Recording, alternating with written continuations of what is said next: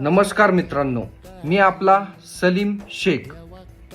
27 जुलै 2024 या रोजी माझ्या एका मित्राचा वाढदिवस होता.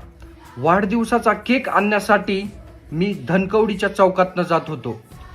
धनकवडीच्या चौकातनं ज्या ठिकाणी धनकवडीचे पोलीस चौकी आहे, महानगरपालिका आहे, त्याच चौकात हाकेच्या अंतरावर पोलीस चौकी, हाकेच्या अंतरावर महानगरपालिकेचं कार्यालय आहे.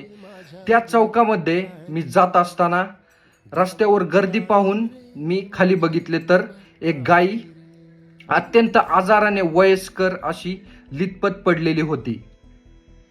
तर गायीला बघून अत्यंत वाईट वाटले मित्रांनो. त्यामुळे आम्ही त्वरित आमची गाडी युटर्न घेतली आणि त्यावेळेस मनात विचार आला की अरे, एखादा टेम्पो, ट्रक किंवा बस